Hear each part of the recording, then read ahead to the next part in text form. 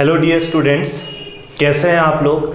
आज class 12th का एक करंट इलेक्ट्रिसिटी का बहुत इंपॉर्टेंट टॉपिक, बहुत ज़्यादा टफ टॉपिक जो बच्चों को समझने में दिक्कत करती है, वो टॉपिक पढ़ने जा रहे हैं। और उसमें हम लोग ये पढ़ेंगे कि कोई अगर मेरे पास कंडक्टर है तो किसी भी कंडक्टर जैसे कॉपर का वायर है, नॉर्मल कंडीशन में अगर आप उसको टच करोगे, अगर कहीं पे रखा हुआ है, करंट नहीं लगता। लेकिन जब उसको स्विच में डालते हैं या उसके अगल बगल में आप लोग बैटरी या पोटेंशियल डिफरेंस अप्लाई करते हो तो हमें करंट लगने लग जाता है।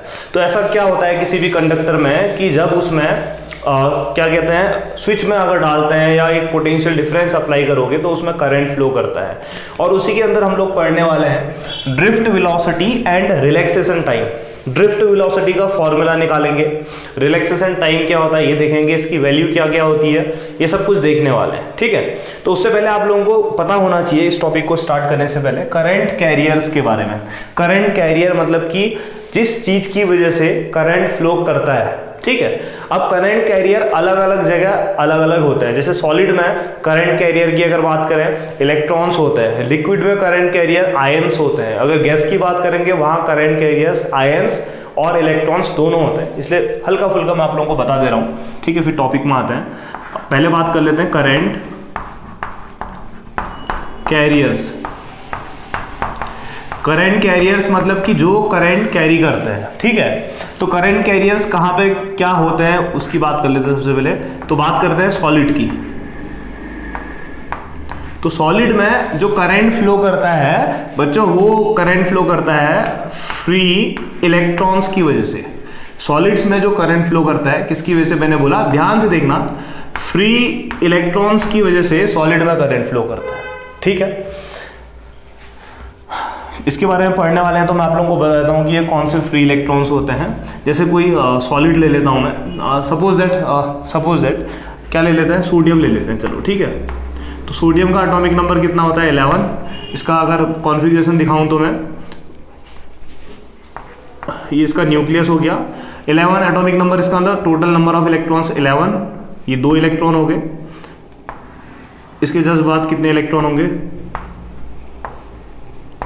2 8 पता है ना, 1 2 3 4 5 6 7 8 इलेक्ट्रॉन हो गए। 8 + 2 10।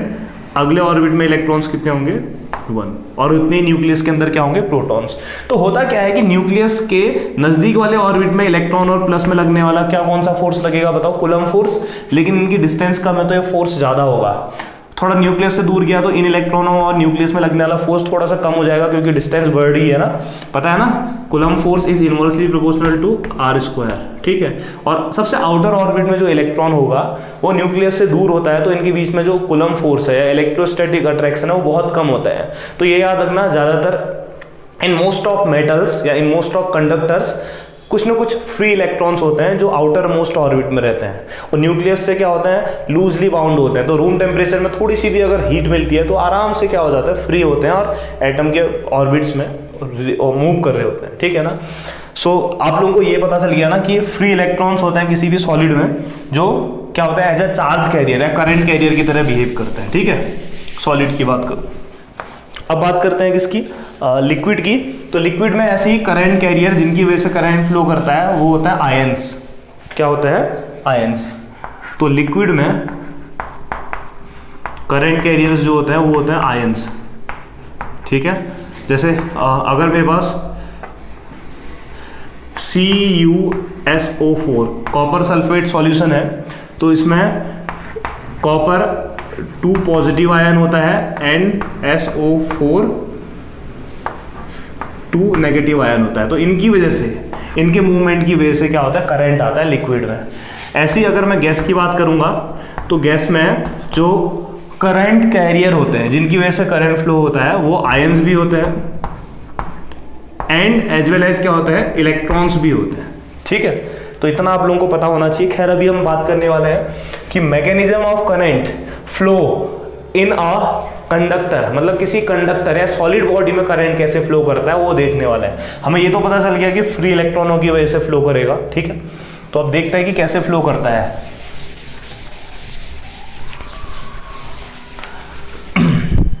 तो सपोज दैट मैंने बोला मेरे पास कोई एक कंडक्टर है, ठीक है, कॉपर का ले लेता हूं, हाँ, सॉलिड है।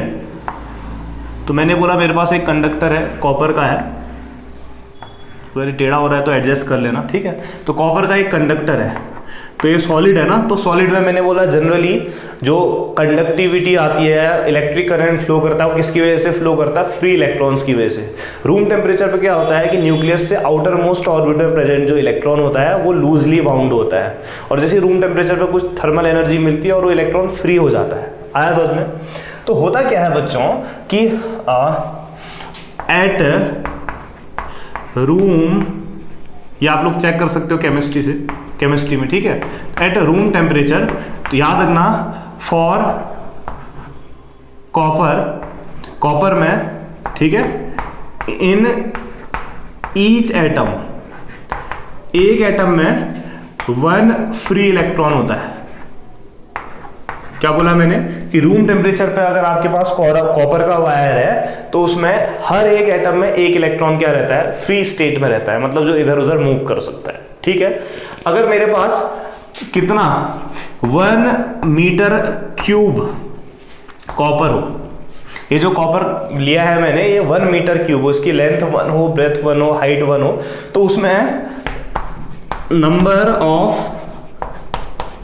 फ्री इलेक्ट्रॉन्स जो होते हैं वो होते हैं 10 टू दी पावर 28। क्या बोला मैंने कि रूम टेम्परेचर में अगर आपके पास 1 मीटर क्यूब कॉपर वायर है तो उसमें नंबर ऑफ फ्री इलेक्ट्रॉन्स होते हैं 10 to the power 28, and these free electrons move randomly. ये जो फ्री इलेक्ट्रॉन्स है इस कॉपर के अंदर रैंडमली कैसे भी कहीं को भी मूव कर सकते हैं। ऐसे ही हो सकता है एक फ्री इलेक्ट्रॉन ऐसे मूव कर रहा हो सकता है दूसरा फ्री इलेक्ट्रॉन ऐसे मूव कर रहा हो। तो इलेक्ट्रॉन्स क्या करते हैं, इस कॉपर कंडक्टर के अंदर फ्री इलेक्ट्रॉन है ना, तो ये फ्रीली मूव करते हैं हेयर एंड देयर, कहीं पे भी मूव कर सकते हैं, ठीक है। तो ऐसे ये कॉपर वायर रखा हुआ है मैंने, खाली एक टेबल में रखा हुआ है, हाँ, इसमें भी स्विच में नहीं लगा रखा है। तो आप लोग देखते हो कि इसको खाली टेबल में अगर रखे हुए हैं हम और कोई स्विच नहीं लगाया तो हमें करंट नहीं लगता। ऐसा क्यों होता होगा? क्योंकि मैंने बोला कि अगर मेरे पास 1 मीटर क्यूब का वायर है, इसमें free electron 10 to the power 28 है, तो मैंने बोला अगर रूम टेम्परेचर पर रखा हुआ है तो रैंडमली मूव कर रहे इलेक्ट्रॉन। तो होता क्या है इसमें कि एक इलेक्ट्रॉन सपोज दैट इधर को मूव किया, खाली सपोज कर रहे हैं, हाँ, एक इलेक्ट्रॉन इधर को मूव किया, एक इलेक्ट्रॉन इधर को मूव किया। ये जब ये रैंडम इलेक्ट्रॉन मूव करते हैं ना तो इनकी जो वेलोसिटी होती है वो कितनी होती है वो भी बता देता हूं आपको। वेलोसिटी ऑफ रैंडम इलेक्ट्रॉन या random velocity of free electrons कह सकते हो, ठीक है। ऐसा लिख लेते हैं इसको लिख लेते हैं हम random velocity of free electron. तो ये जो फ्री इलेक्ट्रॉन्स हैं 10 टू दी पावर 5 मीटर पर सेकेंड से इधर उधर रैंडमली मूव कर रहे होते हैं। एक इलेक्ट्रॉन इधर गया, एक इलेक्ट्रॉन इधर गया, एक इलेक्ट्रॉन इधर को गया, लेकिन सबकी वेलोसिटी बहुत ज़्यादा है 10 टू दी पावर 5 मीटर पर सेकेंड की वेलोसिटी कम नहीं होती है। तो इस तरीके से रैंडमली मूव कर रहे होते हैं। तो होता क्या है, अब आप लोगों को पता है ना कि जिस डायरेक्शन में इलेक्ट्रॉन फ्लो करता है उसी के अपोजिट क्या होती है, करंट की डायरेक्शन होती है।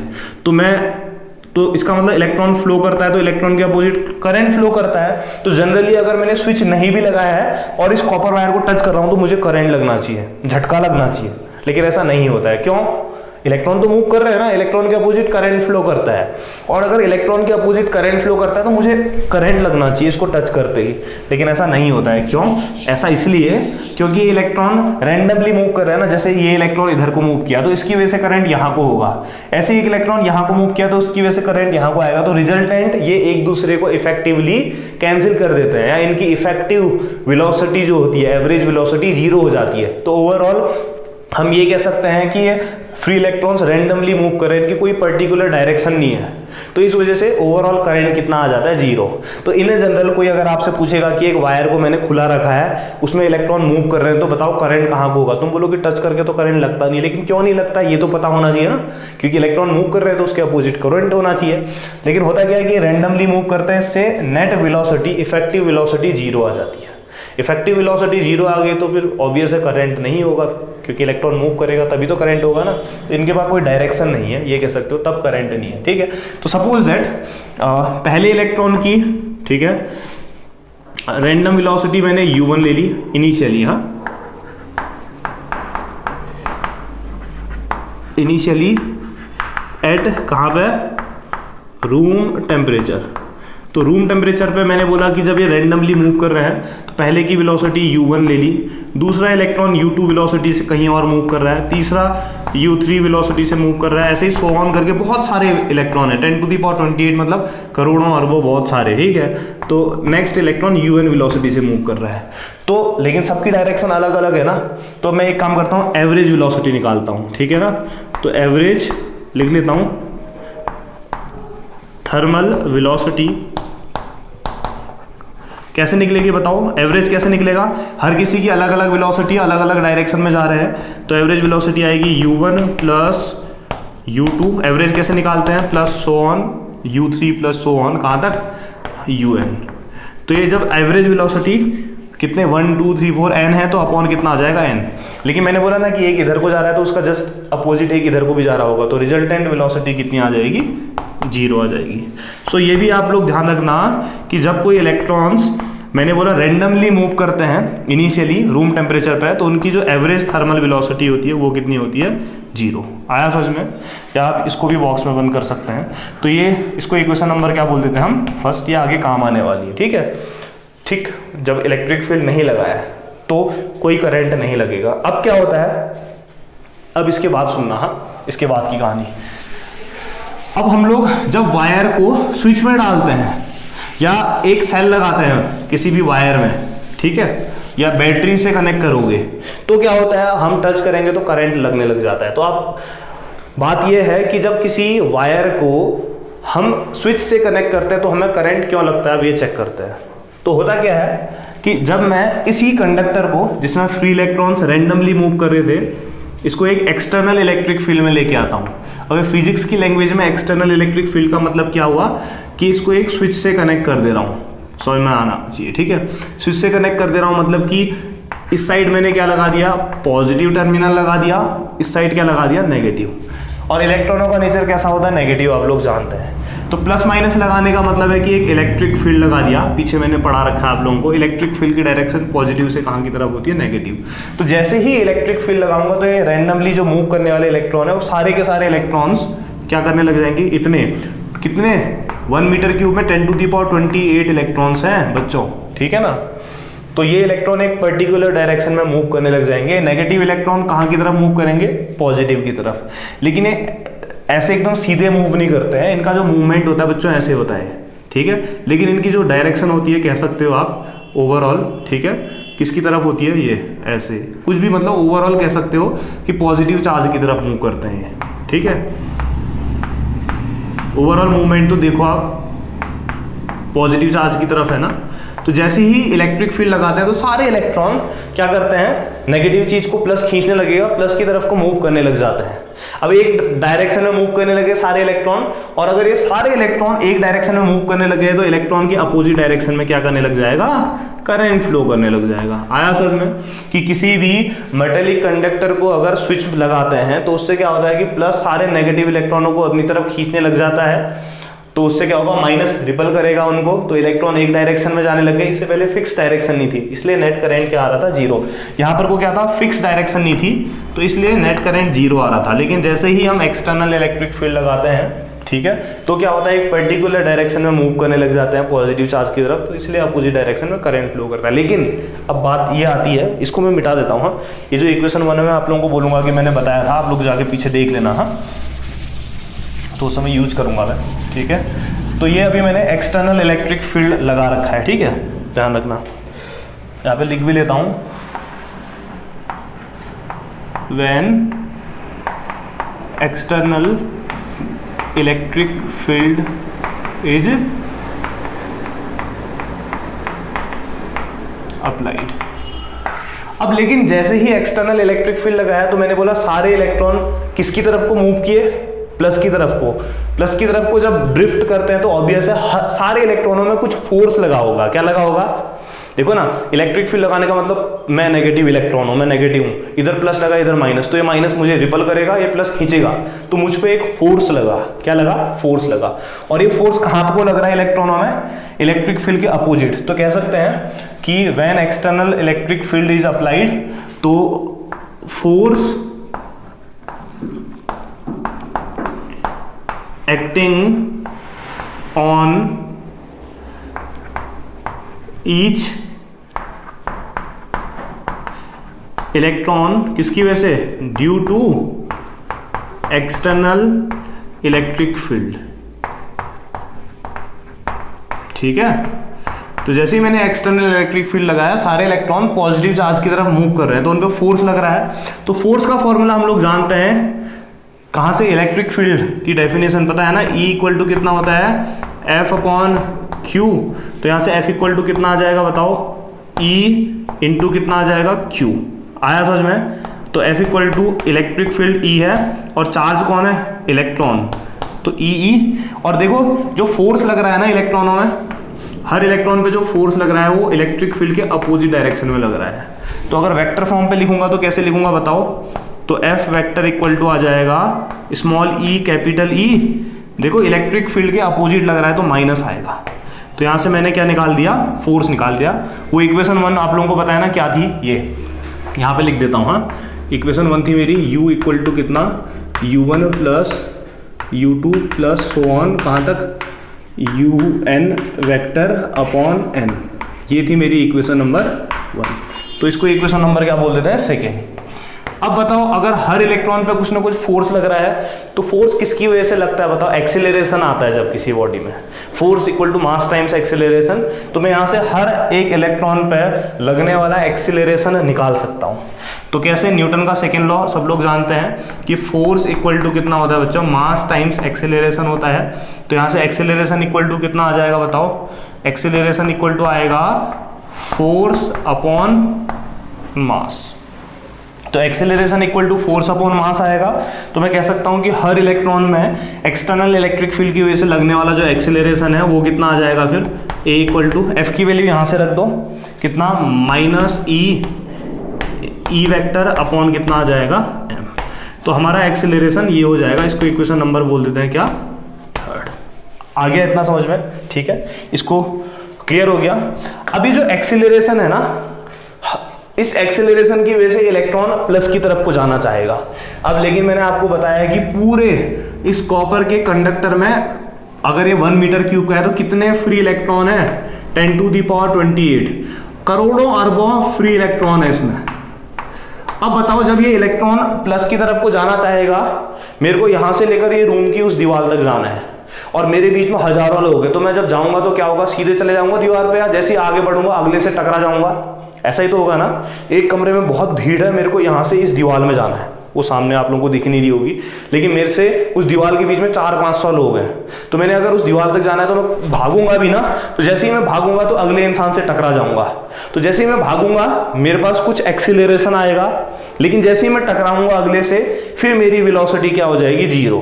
फिर दोबारा मेरे को तो जाना तो वही है, फिर भागने की कोशिश करूंगा, फिर टकरा जाऊंगा किसी से, फिर मेरी वेलोसिटी 0। तो ये जो एक्सीलरेशन है ना बच्चों, ये बहुत छोटे टाइम के लिए आता है। कब तक के लिए आता है, जब तक किसी से कोलिजन ना हो जाए। जैसे ही मैं किसी और से टकराऊंगा दोबारा मेरा एक्सीलरेशन 0, फिर दोबारा से शुरुआत करूंगा वही u वेलोसिटी से, फिर मैं टकराऊंगा, फिर एक्सीलरेशन 0। आया समझ में? तो इसका मतलब कह सकता हूं कि जो एक्सीलरेशन है सिर्फ एक कोलिजन तक रह सकता है, अगले नेक्स्ट कोलिजन में अगेन ये एक्सीलरेशन 0 से शुरू होगा। आया समझ में? तो बहुत छोटे से टाइम के लिए रहता है एक्सीलरेशन। ठीक है, तो क्योंकि ये एक दूसरे इलेक्ट्रॉन से कोलाइड करते रहते हैं, तो याद रखना। इसके बाद जस्ट आप लोग लिखोगे कॉपी में, जब आप लोग लिखोगे तो इसमें लिखना कि ये जो एक्सीलरेशन है बहुत छोटे से टाइम तक रहेगा। क्यों? क्योंकि इस मेटल के अंदर बहुत सारे फ्री इलेक्ट्रॉन है, इस वजह से ये इलेक्ट्रॉन जब इलेक्ट्रिक फील्ड की अपोजिट डायरेक्शन में मूव करते हैं तो ये इलेक्ट्रॉन क्या हो सकता है कि वो जो वॉल है, ये जो मेटल है ना, मेटल के पॉजिटिव आयंस के साथ कोलाइड कर जाए। हो सकता है कि ये इलेक्ट्रॉन अगले इलेक्ट्रॉन के साथ कोलिजन कर जाए। तो यही याद रखना कि ये जो एक्सीलरेशन है बहुत छोटे से टाइम तक रहता है। आया समझ में? तो इसका मतलब जैसे ही इलेक्ट्रिक फील्ड लगा, मैं इलेक्ट्रिक फील्ड u1 वेलोसिटी से ऐसे भाग रहा था, अब मेरे को इधर, मैं नेगेटिव इलेक्ट्रॉन था, मैं ऐसे जा रहा था, अब इधर प्लस लगा तो प्लस मुझे खींचेगा, तो मैं क्या करूंगा, इसकी तरफ भागने की कोशिश करूंगा ना, तो मेरे पास कुछ वेलोसिटी आएगी। तो हर इलेक्ट्रॉन की अलग अलग वेलोसिटी होगी, लेकिन एक सिर्फ छोटे से टाइम तक रहेगी। जैसे ही कोलिजन होगा, कोलिजन के बाद अगेन ये क्या हो जाएगा, खत्म। मैं इसको हल्का सा एक्सप्लेन कर देता हूँ। हाँ, ये मैं मिटा देता हूँ, ठीक है। ये आप लोग पीछे जाके चेक कर लेना, मैं इक्वेशन जब यूज करनी होगी तो उस समय मैं कर लूँगा, ठीक है। तो मैं बोल रहा हूँ कि जब ये इलेक्ट्रॉन इलेक्ट्रिक फील्ड की डायरेक्शन में जा भी रहे होंगे ना, तो क्या होगा, ये इलेक्ट्रॉन गया जैसे ही ये अगले इलेक्ट्रॉन से कोलिजन करेगा, फिर इसकी वेलोसिटी 0, फिर आगे मूव करेगा, अगले इलेक्ट्रॉन से कोलिजन करेगा, फिर वेलोसिटी 0, या मेटल आयन से फिर आगे जाएगा, जा तो इलेक्ट्रिक फील्ड की डायरेक्शन में रहा है, इधर प्लस है, ये इलेक्ट्रिक फील्ड का प्लस है, ये माइनस है, ठीक है, कह सकते हो इलेक्ट्रिक फील्ड लगा हुआ है एक्सटर्नल। तो ये जो इलेक्ट्रॉन है जा तो ऐसे ही रहा है, लेकिन कोलिजन के बाद क्या हो जा रहा है, वेलोसिटी 0 हो जा रही है, एक्सेलरेशन 0, फिर भाग रहा है, फिर कुछ वेलोसिटी आ रही है, फिर 0। तो सपोज दैट फॉर करोड़ों इलेक्ट्रॉन है ना, फर्स्ट इलेक्ट्रॉन, पहले नंबर का जो इलेक्ट्रॉन है, मतलब बहुत सारे इलेक्ट्रॉन होंगे, तो किसी एक इलेक्ट्रॉन के लिए उसकी इनिशियल वेलोसिटी क्या थी, इनिशियल रैंडम वेलोसिटी, जब इलेक्ट्रिक फील्ड नहीं लगा था, जनरली जब ये ऐसे नॉर्मली मूव कर रहा था, इसकी वेलोसिटी थी u1, ठीक है। अब आफ्टर इलेक्ट्रिक फील्ड जैसे इलेक्ट्रिक फील्ड लगा तो उसकी जो वेलोसिटी है वो बदल गई होगी ना। मैं ऐसे भाग रहा था, अब किसी ने इलेक्ट्रिक फील्ड लगा, इधर प्लस इधर माइनस, तो प्लस मुझे खींचेगा, मैं इधर को भागने लग जाऊंगा, जब तक ये ऐसे ऐसे जाना चाह रहा था, ये जैसे इलेक्ट्रिक फील्ड लगा इधर को भागने लग गया, तो इसके बाद कुछ तो वेलोसिटी आएगी ना। तो आफ्टर इलेक्ट्रिक फील्ड जब हम अप्लाई करते हैं तो इसकी वेलोसिटी हो गई कितनी, v1 हो गई, ठीक है। अब ये v1 वेलोसिटी कब तक रहेगी, जब तक ये अगले इलेक्ट्रॉन से टकरा ना जाए। तो फॉर ईच कोलिजन, इसका जो टाइम है ना, इसका जो टाइम ऑफ कोलिजन है कि कितने टाइम में टकरा जा रहा है, टाइम ऑफ किसके साथ, अगले इलेक्ट्रॉन के साथ या अगले मेटल आयन के साथ, इसका जो टाइम है वो मैंने τ1 ले लिया, वो पहले इलेक्ट्रॉन के लिए। तो अब सब लोग जानते हैं कि इक्वेशन ऑफ क्या बोलते हैं, फर्स्ट इक्वेशन ऑफ मोशन क्या होती है बताओ, v = u + at। तो पहले इलेक्ट्रॉन के लिए कितना हो जाएगा बताओ, v1 = कितना हो जाएगा, u1 प्लस एक्सीलरेशन। तो मैंने आपको बताया ना कि हर इलेक्ट्रॉन का एक्सीलरेशन होता है -e/m। अब इलेक्ट्रॉन का चार्ज फिक्स होता है, इलेक्ट्रॉन का मास फिक्स होता है, इलेक्ट्रिक फील्ड भी फिक्स है, तो इसका मतलब एक्सीलरेशन नहीं बदलने वाला है। हाँ, तो एक्सीलरेशन कांस्टेंट रहेगा, याद रखना। तो पहले इलेक्ट्रॉन के लिए कितना आ जाएगा, v1 = u1 + a। टी की जगह पहले इलेक्ट्रॉन का जो कोलिजन का टाइम लिया है मैंने यहाँ से यहाँ तक का, ये क्या लिया है, τ1 लिया है बच्चों। कितना लिया है मैंने, τ1।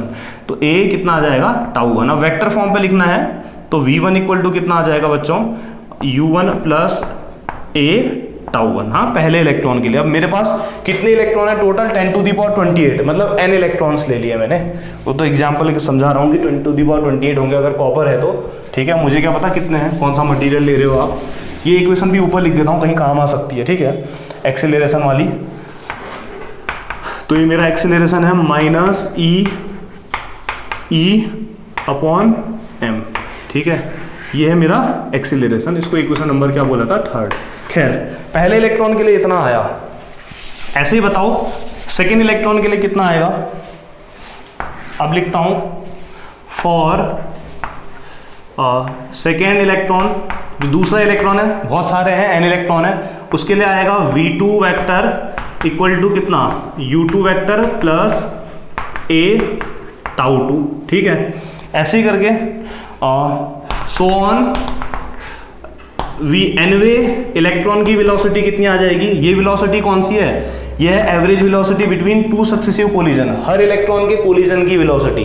अब हो सकता है कि मुझसे अगला इलेक्ट्रॉन नजदीक हो, दूसरे इलेक्ट्रॉन से अगला इलेक्ट्रॉन दूर हो, तो हर किसी के कोलिजन की वेलोसिटी अलग अलग होगी और टाइम पे डिपेंड करती है। हाँ, ध्यान रखना। तो ऐसे nवे इलेक्ट्रॉन के कोलिजन की जो वेलोसिटी होगी वो होगी क्या, un vector plus a τn मतलब nवे इलेक्ट्रॉन के कोलिजन का टाइम, ठीक है।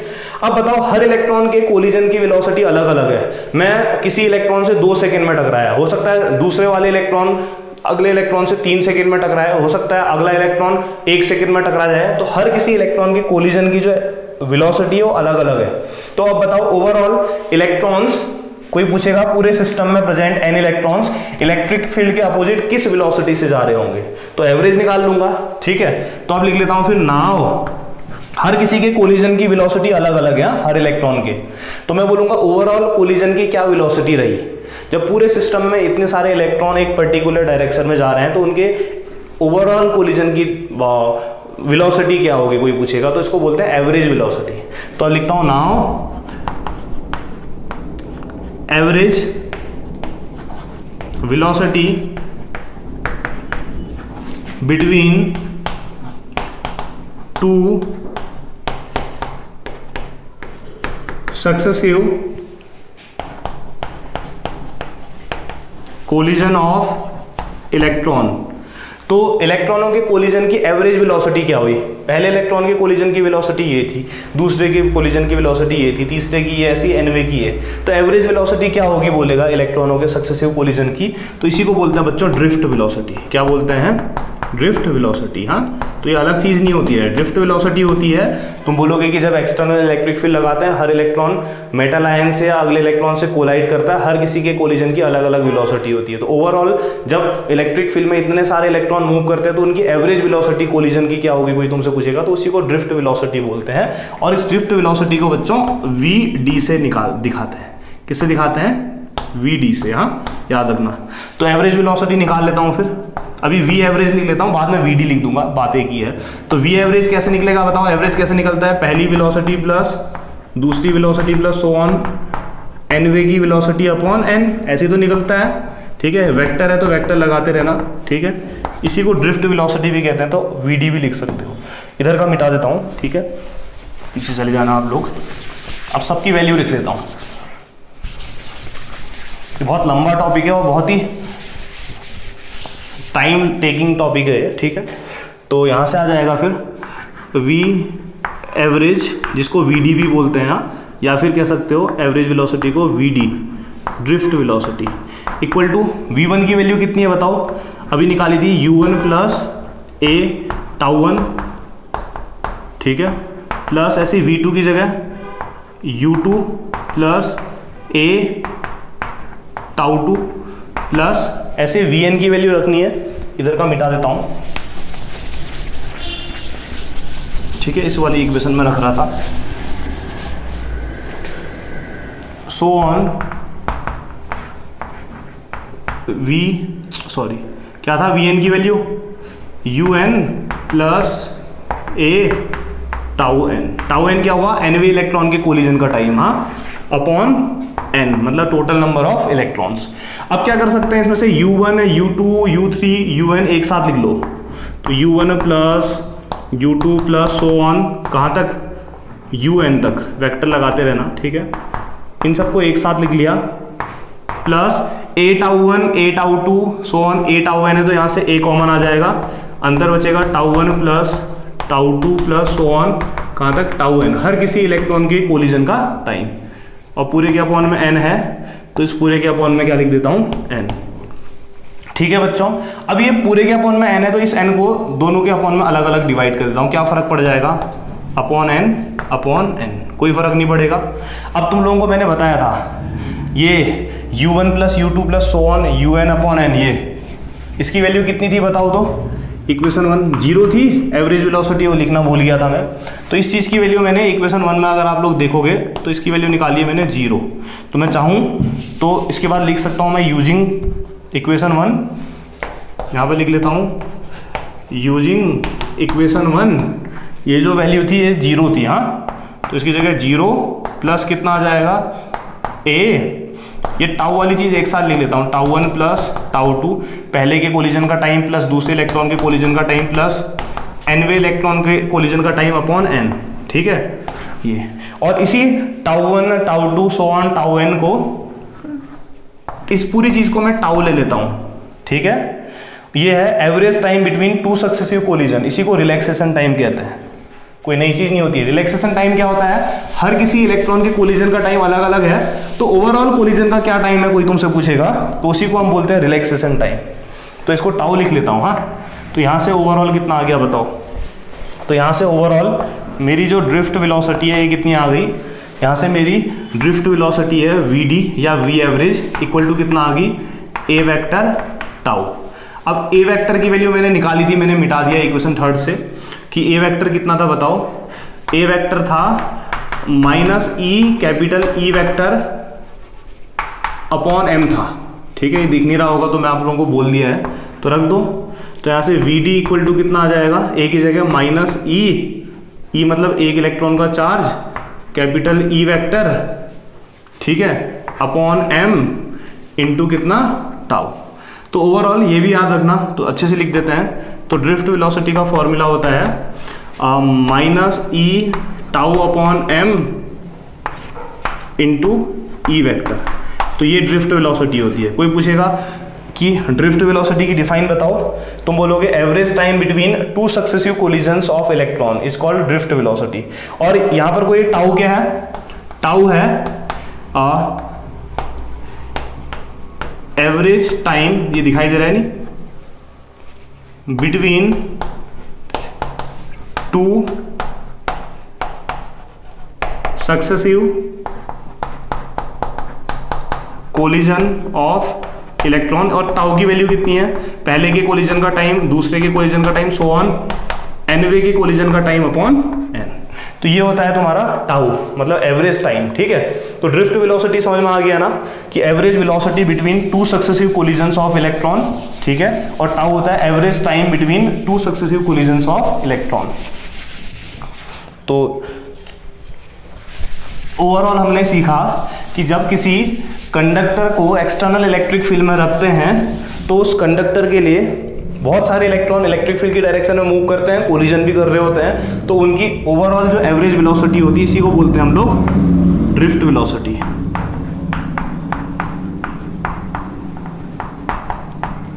इसकी वैल्यू मैंने क्या बोला, इसको किससे दिखाते हैं, वीडी से या वी एवरेज से भी दिखाते हैं। इसकी वैल्यू होती है minus e tau upon m into e vector.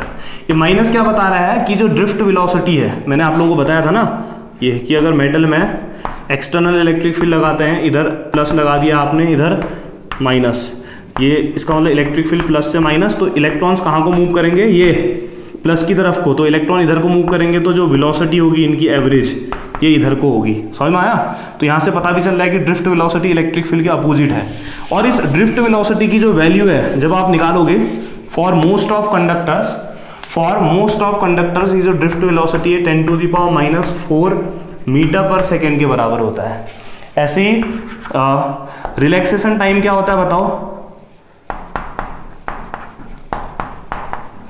Relaxation time को हम टाउ से रिप्रेजेंट करते हैं। ये होता है पहले इलेक्ट्रॉन के कोलिजन का टाइम प्लस दूसरे के कोलिजन का time plus so on envy electron के कोलिजन का टाइम अपॉन एन, मतलब average time between two successive collisions of electron. और ज़्यादातर मेटल्स में जो एवरेज टाइम होता है इलेक्ट्रॉनों के टकराने का टाइम, ये कितना होता है पता है, 10⁻⁻14 सेकेंड। कितना कम है सोचो, अब इतना कम टाइम में इलेक्ट्रॉन कोलाइड कर रहे होते हैं और इतनी कम स्पीड से मूव कर रहे होते हैं। सो ये है आप लोगों का ड्रिफ्ट वेलोसिटी और रिलैक्सेशन टाइम। बहुत लंबा टॉपिक था, लेकिन थोड़ा सा घर जाके करना, इसको अच्छे से देखना। अगर कहीं कन्फ्यूजन होगा तो मुझसे पूछना, ठीक है? डाउट रहेगा तो फिर मैं आगे जाके कुछ और बताऊंगा। Thank you.